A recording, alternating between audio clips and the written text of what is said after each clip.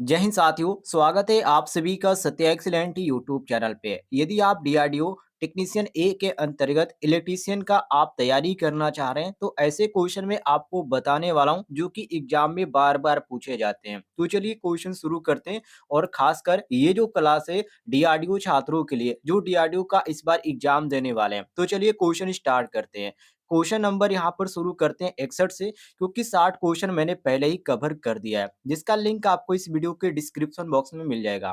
Question में कहा जा रहा है कि जब आर्मेचर एक चुंबकीय क्षेत्र में घुमाया जाता है तो कंडक्टर चुंबकीय क्षेत्र की रेखाओं में कटौती करके उसमें एक ईएमएफ को प्रेरित करता है जो लागू ईएमएफ का विरोध करता है। इसे खाली स्थान के रूप में जाना जाता है। यहाँ पर जो रिक्त स्थान दिया गया, जो खाली स्थान दिए गए, इसी में आपको यहाँ पर इन ऑप्शनों में से किसी एक ऑप्शनों को फिल करना है, मतलब कि भरना है। तो देखिए, आप इस तरह समझ लीजिए, जब आर्मेचर एक चुंबकीय क्षेत्र में घुमाया जाता है तो कंडक्टर चुंबकीय बल की रेखाओं में कटौती करता है और कटौती करके उनमें एक ईएमएफ को प्रेरित करता है जो लागू ईएमएफ का विरोध करता है, और इसे हम बैक ईएमएफ के रूप में जानते हैं। और इसको इंडिकेट की बात करें तो इसको हम ईबी से इंडिकेट करते हैं। बैक ईएमएफ को किससे इंडिकेट करते हैं? ईबी के रूप में। और यही जो हमारा बैक ईएमएफ का सूत्र बनता है, ईबी बराबर, मैं यहाँ पर लिख देता हूँ, सभी लोग ध्यान से देखिएगा। यही जो हमारा सूत्र बनता है, ईबी बराबर आपका हो जाता है, यहाँ पर मैं लिख देता हूँ, ईबी बराबर phi Z N P upon 60 A हो जाता है। यही हमारा सूत्र। कलर यहाँ पर चेंज करना पड़ेगा, यहाँ पर फ्रेश दिखाई नहीं दे रहा है। तो देखिए, इसको आप ध्यान रखिएगा। ये आपका जो हो जाएगा, ईबी बराबर phi Z N P upon 60 A, ये आपका सूत्र हो जाता है। और बैक ईएमएफ जो ऑप्शन में दिया गया है, हमारा ऑप्शन नंबर ये दिया गया है। ये ऑप्शन जो दिया गया हमारा क्वेश्चन के अनुसार बिल्कुल करेक्ट आंसर हो जाएगा। सभी लोग मिला लीजिएगा।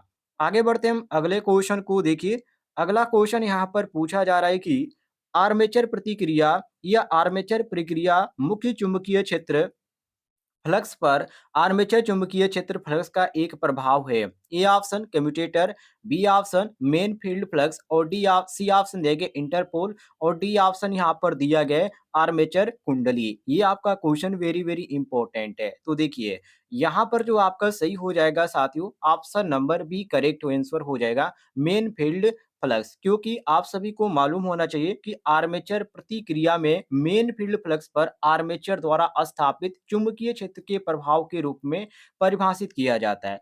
कहने का मतलब ये, यदि आप इसको सूत्र के यहाँ पर परिभाषा के अनुसार जानना चाहते हैं तो आप ऐसे कह सकते हैं कि आर्मेचर फ्लक्स का मुख्य फ्लक्स पर प्रभाव आर्मेचर प्रतिक्रिया कहलाता है। ये आपका सिंपल हो जाएगा। और इसमें हमारा क्वेश्चन में यही कहा जा रहा है कि आर्मेचर प्रक्रिया मुख्य चुंबकीय क्षेत्र फ्लक्स पर आर्मेचर चुंबकीय क्षेत्र का एक प्रभाव है। ये जो है आपका मेन फील्ड फ्लक्स जो है, ये प्रभाव है। तो ऑप्शन नंबर जो यहाँ पर बी दिया गया है, ये बिल्कुल करेक्ट आंसर हो जाता है। इसको आप नोट कर लीजिएगा। आगे बढ़ते हैं अगले क्वेश्चन को। देखिए, अगला क्वेश्चन आपके सामने, जिसमें कहा जा रहा है कि यदि शंट फील्ड के कारण वोल्टेज में नो लोड से फुल लोड तक गिरावट सीरीज बोल्ट के कारण वृद्धि के बराबर है तो टर्मिनल वोल्टेज स्थिर होगी। इस तरह के जनरेटर अर्थात जनित्र को खालिस्तान कहा जाता है। इस तरह के जनरेटर को हम किस जनरेटर के नाम से जानते हैं? ये आपका होता है लेवल कंपाउंड जनरेटर। जी हाँ, लेवल कंपाउंड जनरेटर, जो कि ऑप्शन में डी दिया गया है। अर्थात आप कह सकते हैं कि यदि शंट फील्ड के कारण वोल्टेज में नो लोड में या नो लोड से फुल लोड तक गिरावट होता है और सीरीज फील्ड के कारण वृद्धि के ये बराबर होता है तो टर्मिनल वोल्टेज जो होगा वो स्थिर होगी। और इस तरह से जनरेटर को लेवल कंपाउंड जनरेटर कहा जाता है। और इसका जो प्रयोग की यदि बात करें तो इसका जो प्रयोग होता है, कम दूरी के स्थानों को विद्युत शक्ति प्रदान करने के लिए इसका प्रयोग किया जाता है। और यहाँ पर क्वेश्चन के अनुसार हमारा ऑप्शन नंबर डी बिल्कुल करेक्ट आंसर हो जाता है। सभी लोग मिला लीजिएगा। आगे बढ़ते हैं अगले क्वेश्चन को। देखिए, अगला क्वेश्चन आपके सामने है साथियों। ये क्वेश्चन आपका कई बार एग्जाम में पूछा गया है और ये आपका डीएमआरसी एग्जाम में पूछा गया था। इसमें कहा जा रहा है कि कम्यूटेशन विद्युत प्रवाह करंट में एक परिवर्तन है जो कि आर्मेचर में खाली स्थान के प्रभाव को गुजरने पर होता है। यहाँ पर जो खाली स्थान है इसी में आपको फिल करना है। ऑप्शन ए दिया गया विकर्ण ध्रुव, बी ऑप्शन देंगे समानांतर ध्रुव, और सी ऑप्शन देंगे लंबवत ध्रुव, और डी ऑप्शन देंगे एक ध्रुव से अलग ध्रुव। तो देखिए साथियों, सभी लोग ध्यान दीजिएगा। इसमें जो आपका सही हो जाता है option number D correct answer हो जाता है। क्योंकि आप सभी को मालूम होना चाहिए जो कम्यूटेशन होता है ये विद्युत प्रवाह में एक परिवर्तन होता है जो कि आर्मेचर में एक ध्रुव से अलग ध्रुव के प्रभाव से गुजरने पर होता है। और इसको आप इस तरह परिभाषित कर सकते हैं कि लघु पतित अर्थात शॉर्ट सर्किट आर्मेचर कुंडली में धारा की दिशा जब चुंबकीय उदासीन अक्ष जिसको एमएनए बोलते हैं, एमएनए बोलते हैं, ठीक है, ध्यान रखिएगा। यहाँ पर मैं सब कुछ कट कर देता हूँ। देखिए जिसको हम एमएनए बोलते हैं साथियों, एमएनए, ठीक है, इस पर ये क्या होता है क्रॉस करती है। तो क्रॉस करती है तो ये परिवर्तित होकर जाती है, तो इसी को हम क्या बोलते हैं कम्यूटेशन बोलते हैं। तो यहाँ पर जो आपका सही हो जाता है ऑप्शन नंबर डी बिल्कुल करेक्ट आंसर हो जाता है, इसको आप ध्यान रखिएगा। तो यहाँ पर आपका डी ऑप्शन करेक्ट आंसर हो जाएगा। और आगे बढ़ते हैं हम अगले क्वेश्चन को। देखिए अगला क्वेश्चन आपके सामने जिसमें यहाँ पर पूछा जा रहा है कि जनरेटर अर्थात जनित्र वोल्टेज उत्पन्न करता है और इसे यांत्रिक ऊर्जा की आवश्यकता होती है, जबकि एक मोटर खाली स्थान में को उत्पन्न करती है। तो मोटर किसको उत्पन्न करता है? जो आपका यांत्रिक ऊर्जा की आवश्यकता होती है, जनरेटर वोल्टेज उत्पन्न करता है और यहाँ पर कह रहा है कि यांत्रिक ऊर्जा की उसमें आवश्यकता होती है। लेकिन या जबकि एक मोटर जो होता है ये किस प्रकार की ऊर्जा उत्पन्न करता है? देखिए साथियों, ये जो उत्पन्न करता है टॉर्क, कहने का मतलब ये है कि जनरेटर वोल्टेज उत्पन्न करता है, ये तो क्लियर है, और इसे यांत्रिक ऊर्जा की आवश्यकता भी होती है। लेकिन एक मोटर टॉर्क को उत्पन्न करता है, जिससे विद्युत ऊर्जा की आवश्यकता होती है, और जनरेटर यांत्रिक ऊर्जा को विद्युत ऊर्जा में, और जो मोटर होता है ये विद्युत ऊर्जा को यांत्रिक ऊर्जा में परिवर्तित करता है। ये काफी सिंपल है। ऑप्शन नंबर सी जो यहाँ पर दिया गया है हमारा, सी ऑप्शन क्वेश्चन के अनुसार बिल्कुल करेक्ट आंसर हो जाएगा। सभी लोग मिला लीजिएगा। आगे बढ़ते हैं अगले क्वेश्चन को। देखिए अगला क्वेश्चन यहाँ पर पूछा जा रहा है, आपके सामने क्वेश्चन है जिसमें कहा जा रहा है कि यदि एक डीसी अर्थात डीसी जनरेटर के ब्रश होल्डर को रॉकर से विद्युत रोधी नहीं किया जाए तो क्या होगा? ए ऑप्शन फील्ड खुला परिपथ होगा, बी ऑप्शन लेमिनेशन में प्रबल विद्युत रोधकता होगी, और सी ऑप्शन है कि यंत्र पर कम भार होगा, और डी ऑप्शन है यंत्र में कम्यूटेटर पर भारी स्पार्किंग होगी। तो आप ध्यान रखिएगा साथियों, अगर एक डीसी जनरेटर में ब्रश होल्डर को रोकने से विद्युत रोधी नहीं किया जाता है तो यंत्र में कम्यूटेशन पे भारी स्पार्किंग होगी। स्पार्किंग का मतलब उसमें क्या होता है, चिंगारी उत्पन्न होती है, उसी को हम क्या बोलते हैं, स्पार्किंग बोलती है। और जब इसमें स्पार्किंग हो जाएगी तो जो ब्रश पर दबाव बनाए रखती है वो स्प्रिंग तनाव के रूप में कम्यूटेटर पर ब्रश की सही स्थिति आपकी बनाए रखती है। और यहाँ पर हमारा वही क्वेश्चन में कह रहा है कि विद्युत रोधी नहीं किया जाए तो क्या होगा? तो ये यंत्र में कम्यूटेटर पर भारी स्पार्किंग होगी, मतलब कि इसमें शॉर्ट सर्किट के अंतर्गत इस पे स्पार्किंग देखने को मिलेगी ज्यादातर। आपका डी ऑप्शन क्वेश्चन के अनुसार करेक्ट आंसर हो जाएगा। आगे देखिए अगले क्वेश्चन को। अगला क्वेश्चन यहाँ पर पूछा जा रहा है कि निम्नलिखित में से कौन सा ड्रम प्लेट पर स्पार्किंग से बचने के लिए लगाया जाता है? वेरी वेरी इंपॉर्टेंट है। कौन सा ड्रम प्लेट पर स्पार्किंग से बचने के लिए, सूखी मोम या प्रवाहिकीय ग्रास, या यहाँ पर ग्रीस दिया गया है, और यहाँ पर सी दिया गया है मोबिल, और यहाँ पर तेल दिया गया है। देखिए ये क्वेश्चन आपको समझने लायक है। देखिए जो प्रवाहिकीय जो ग्रीस होता है ये जो होता है ये ड्रम प्लेट पर स्पार्किंग से बचाने के लिए लगाया जाता है, क्योंकि ये जो होता है आपका काफी क्या होता है, ग्रीस जो आपने देखा होगा जो कि काफी एकदम यहाँ पर जो होता है आपका, ऐसे कह सकते हैं कि ये आपका मुलायम होता है, ठीक है, और ये जो होता है स्पार्किंग होने नहीं देता है, और इसी का यहाँ पर हम प्रयोग करते हैं। ये आपका यहाँ पर बी ऑप्शन करेक्ट हो जाएगा। आगे देखिए अगले क्वेश्चन को। अगला क्वेश्चन आपके सामने जो कि यहाँ पर क्वेश्चन में पूछा जा रहा है कि आगे खाली स्थान दे दिया गया और कहा जा रहा है में जनरेटर के शाफ्ट पर इस तरह से लंबे या इस तरह से तांबे की दो तारें लगी होती है कि तारें शाफ्ट से रोधक स्थिति में अर्थात इंसुलेटेड स्थिति में रहती है। तो वो कौन सा होता है? ब्रश होता है, या स्लिप रिंग होता है, या लेमिनेटेड कोर होता है, या कम्यूटेटर होता है? ये क्वेश्चन तो काफी इजी है। देखिए इसमें जो होता है स्लिप रिंग होता है, ठीक है। स्लिप रिंग में क्या होता है, स्लिप रिंग में जनरेटर के जो शाफ्ट होते हैं उस पर इस तरह के तांबे की तरह दो तारें लगी होती है, और तारें जो होती है शाफ्ट से रोधक स्थिति में इंसुलेटेड रहती है, और इसी को यहाँ पर क्वेश्चन में पूछ रहा है। तो ऑप्शन नंबर यहाँ पर बी ऑप्शन बिल्कुल करेक्ट आंसर मानेंगे। और जब यहाँ पर लेमिनेटेड की बात किया जाए, लिमिटेड कोर की, तो आप कह सकते हैं कि कोर को लेमिनेटेड करके भंवर धारा हानि को कम किया जाता है। बाकी यहाँ पर लेमिनेटेड का कोई कार्य नहीं होता है, तो हम यहाँ पर मारेंगे ऑप्शन नंबर बी बिल्कुल करेक्ट आंसर, क्वेश्चन के अनुसार हमारा सही हो जाता है। आगे देखिए अगले क्वेश्चन को। अगला क्वेश्चन आपके सामने, ये थोड़ा सा यहाँ पर सवाल टाइप का क्वेश्चन दिया गया है, और ये आपका कई यहाँ पर एग्ज़ाम में पूछा गया है, ये समझने लायक है। जिसमें कहा जा रहा है कि निम्नलिखित में से कौन-सा जनरेटर 120 से 250 वोल्ट के उत्तेजक के रूप में उपयोग किया जाता है? उत्तेजक के रूप में यहाँ पर पूछ रहा है।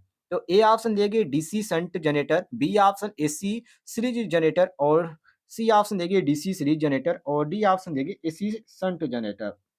देखिए साथियों सभी लोग ध्यान दीजिएगा। डीसी शंट जनरेटर जो होता है वो 120 वोल्ट से 250 वोल्ट के उत्तेजक के रूप में उपयोग किया जाता है और डीसी शंट जनरेटर जो यहाँ पर अधिक आपको देखने को मिलेगा केवीए के प्रत्यावर्तक के शाफ्ट पर लगा रहता है और जो प्राइम मूवर होता है ये प्राइम मूवर से जब प्रत्यावर्तक का जो रोटर घूमता है तो शाफ्ट इसमें घूमती है और इसके कारण डीसी जो शंट जनरेटर होता है वो घूमता है और डीसी धारा ये आपका देना आप शुरू कर देता है। तो डिस्ट धारा परिवर्तक के लिए रोटर में जो दी जाती है उससे क्या होता है फील्ड उत्तेजित होता है और इसमें यही कह रहा है कि जो वोल्टेज है उससे उत्तेजक के रूप में उपयोग किया जाता है। तो किसका हम उपयोग करते हैं? तो डीसी शंट जनरेटर का। ऑप्शन नंबर जो ए दिया गया है ये हमारा क्वेश्चन के अनुसार करेक्ट आंसर हो जाता है। मिला लीजिएगा सभी लोग। आगे बढ़ते हैं अगले क्वेश्चन को देखिए। अगला क्वेश्चन भी इम्पोर्टेंट क्वेश्चन है जिसमें यहाँ पर पूछा जा रहा है कि बड़ी मशीनों में बड़ी मशीनों में पोल खालिस्तान से बने होते हैं। जो पोल होते हैं वो किसके बने होते हैं? ये तो काफ़ी ईज़ी क्वेश्चन है, सभी को मालूम होना चाहिए। और यहाँ पर देखिए आपका जो दिया गया सी आपका बिल्कुल सही दिया गया शीट मेटल लेमिनेशन का मतलब कि चादरी इस्पात अस्थिकरण का ये आपका बना होता है। और यहाँ पर जो पोल दिया गया देखिए पोल के जो मुख्य भाग होते हैं उसमें आपका जो होता है वो पोल्स होता है, सॉलिड पोल या कोर रिट्वीट या अदर बहुत सारे इसमें भाग होते हैं। तो यहाँ पर हम क्वेश्चन के अनुसार चलें तो ऑप्शन नंबर सी बिल्कुल करेक्ट आंसर हो जाता है। आगे देखिए अगले क्वेश्चन को। अगला क्वेश्चन आपके सामने है साथियों जिसमें यहाँ पर पूछा जा रहा है कि आर्मेचर कोर क्या प्रदान करता है? वेरी वेरी इंपॉर्टेंट क्वेश्चन है। देखिए आर्मेचर कोर जो होता है वो चुंबकीय फ्लक्स में जो होता है विमुखता प्रदान करता है अर्थात रिलक्टेंस प्रदान करता है। और इसमें ऑप्शन में हमारा कौन-सा दिया गया? सी ऑप्शन देखिए चुंबकीय फ्लक्स से चुंबकीय अभिवाह में विमुखता अर्थात रिलक्टेंस पैदा करता है। Option number C correct answer हो जाएगा। आगे बढ़ते हैं अगले क्वेश्चन को देखिए। अगला क्वेश्चन इसमें पूछा जा रहा है कि आर्मेचर प्रतिक्रिया में वेरी वेरी इंपॉर्टेंट क्वेश्चन है आपका। आर्मेचर प्रतिक्रिया में खाली स्थान आगे दिया गया और कहा जा रहा है कि के लिए ब्रशों को बिल्कुल चुंबकीय न्यूट्रल अक्ष पर रखा जाता है। ए ऑप्शन आर्मेचर प्रतिक्रिया को कम करने के लिए, बी ऑप्शन आर्मेचर प्रतिक्रिया को अधिकतम करने के लिए और सी ऑप्शन है करंट के प्रवाह को रोकने के लिए और डी ऑप्शन है स्पार्किंग में वृद्धि के लिए। तो देखिए साथियों सभी लोग यहाँ पर मिला लीजिएगा। ये क्वेश्चन आपका कई बार एग्जाम में पूछा भी गया है। जो आर्मेचर रिएक्शन होता है, आर्मेचर रिएक्शन को कम करने का उपाय में इसमें 2 तरह की इसमें विधि अपनाई जाती है। एक होता है कि आर्मेचर रिएक्शन के कारण जो कम्यूटेटर पे स्पार्किंग होती है, इस स्पार्किंग को कम करने के लिए कार्बन ब्रश को एमएनए की नई स्थिति और आर्मेचर के घूमने की दिशा को घुमाना ज़रूरी होता है। और दूसरी ये होती है कि आर्मेचर रिएक्शन में जो मुख्य फ़ील्ड होता है, वो कमज़ोर होता है। तो फ़ील्ड वाइंडिंग की जो टर्न संख्या होती है, उसको बढ़ाकर इस प्रभाव को हम कुछ यहाँ पर कम कर सकते हैं। अर्थात आप कुछ किसको कम कर सकते हैं, लेकिन पूरी तरह से ये कम नहीं होता है। तो इसमें आपकी 2 यहाँ पर विधि होती है। बाकी यहाँ पर क्वेश्चन में कह रहा है कि बिल्कुल चुंबकीय न्यूट्रल अक्ष पर रखा जाता है। किसके लिए? तो ये ब्रशों को कह रहा है। तो ये जो आपका रखा जाता है साथियों आर्मेचर प्रतिक्रिया को कम करने के लिए ही किया जाता है। ऑप्शन नंबर ए जो दिया गया है, ये हमारा बिल्कुल करेक्ट आंसर हो जाता है। आगे देखिए अगले क्वेश्चन को। अगला क्वेश्चन यहाँ पर पूछा जा रहा है कि आर्मेचर कुंडलन का उपयोग आर्मेचर कोर के आकार और माप को खालिस्तान के साथ ठीक करने के लिए किया जाता है। A option enamelled steel, B option insulation varnish, C option laminated steel और डी ऑप्शन देखिए एनिमल्ड तांबे की तार। ये भी क्वेश्चन आपका कई बार एग्जाम में पूछा गया, इसको भी आप ध्यान रखिएगा। देखिए आर्मेचर की जो आकृति होती है वो किस प्रकार की होती है पहले इसको जान लीजिए। ये जो होती है आपकी बेलनाकार होती है और इसमें एक नर्व स्टील की शाफ्ट को लेथ मशीन पर तैयार किया जाता है और उस शाफ्ट पर आर्मेचर के जो सारे भाग होते हैं वो फिट किए जाते हैं। और इसकी यदि मोटाई की बात की जाए तो इसकी जो मोटाई होती है यहाँ पर 0.064 आपका तक होती है ये पत्तियों की। इसकी पत्तियों की जो मोटाई होती है ये इतनी होती है। अब इसमें यहाँ पर कह रहा है कि माप को के साथ ठीक करने के लिए किया जाता है। यानी किसके माप को ठीक करने के लिए किया जाता है? तो देखिए इसमें जो पत्तियों की माप होती है जो इसमें लिमिटेड जो यहाँ पर पत्तियाँ होती है, उसको यहाँ पर माप को ठीक करने के लिए और यहाँ पर जो ऑप्शन में दिया गया हमारा सही डी ऑप्शन देखिए एनिमल तांबे के तार का है। ऑप्शन नंबर जो डी दिया गया है, ये डी ऑप्शन हमारा क्वेश्चन के अनुसार बिल्कुल करेक्ट आंसर हो जाएगा, मिला लीजिएगा। तो हम कह सकते हैं कि आर्मेचर की जाने वाली जो लैंप या वेव वाइंडिंग होते हैं, उसमें एनमल्ड तांबे के तार होते हैं, उसके द्वारा ये की जाती है। Option number D correct answer. आगे देखिए अगले क्वेश्चन को। अगला क्वेश्चन आपके सामने जिसमें यहाँ पर पूछा जा रहा है कि एक कम्यूटेटर के आसन्न क्षेत्रों से जुड़े किसी कुंडली के शुरुआती तथा समाप्ति के छोरों को खाली स्थान के रूप में जाना जाता है। A option retrogressive winding, B option lap winding, C option progressive winding और डी ऑप्शन देंगे वेव वाइंडिंग। तो साथियों यहाँ पर आपका सही हो जाता है ऑप्शन नंबर बी, जिसको लैप वाइंडिंग बोलते हैं। अब ये यहाँ पर लैप वाइंडिंग क्यों सही होगा, देखिए एक कम्यूटेटर के जो आसन्न क्षेत्र होते हैं, उसे क्षेत्रों से जुड़े जो कुंडली होती है, वो कुंडली की शुरुआती और समाप्ति के छोरों को लेप वाइंडिंग के रूप में जाना जाता है। तो यहाँ पर हम मारेंगे ऑप्शन नंबर बी, बिल्कुल करेक्ट आंसर। आगे देखिए अगले क्वेश्चन को। अगला क्वेश्चन साथियों आपके सामने जिसमें पूछा जा रहा है कि आर्मेचर प्रतिक्रिया आर्मेचर आर्मेचर प्रतिक्रिया आर्मेचर विद्युत धारा द्वारा आगे रिक्त स्थान है और कहा जा रहा है कि पर निर्माण किए गए चुंबकीय क्षेत्र का एक प्रभाव है। क्षेत्र फ्लक्स या आर्मेचर कोर या पोल्स या डी ऑप्शन देंगे field coil. Very very important question है। देखिए साथियों आर्मेचर फ्लक्स या आर्मेचर चुंबकीय क्षेत्र जो होता है, ये जनरेटर के मुख्य ध्रुव के नीचे मुख्य फ्लक्स के वितरण पर प्रभाव डालता है। किस पे? जो वितरण होता है, जो डिस्ट्रीब्यूशन होता है, उस पे ये प्रभाव डालता है। और आर्मेचर फ्लक्स का मुख्य जो फ्लक्स होता है, उसके विवरण पे ये प्रभाव आर्मेचर प्रतिक्रिया कहलाता है। और इसमें यही पूछ रहा है हमारा कि आर्मेचर प्रतिक्रिया आर्मेचर विद्युत धारा द्वारा खाली स्थान पर निर्माण किए जाना चुंबकीय क्षेत्र के एक प्रभाव है। इसमें जो आपका एक प्रभाव है, वो क्षेत्र फ्लक्स है। क्या है? क्षेत्र फ्लक्स है। ऑप्शन नंबर ए जो यहाँ पर दिया गया, ये बिल्कुल हमारा करेक्ट आंसर हो जाता है।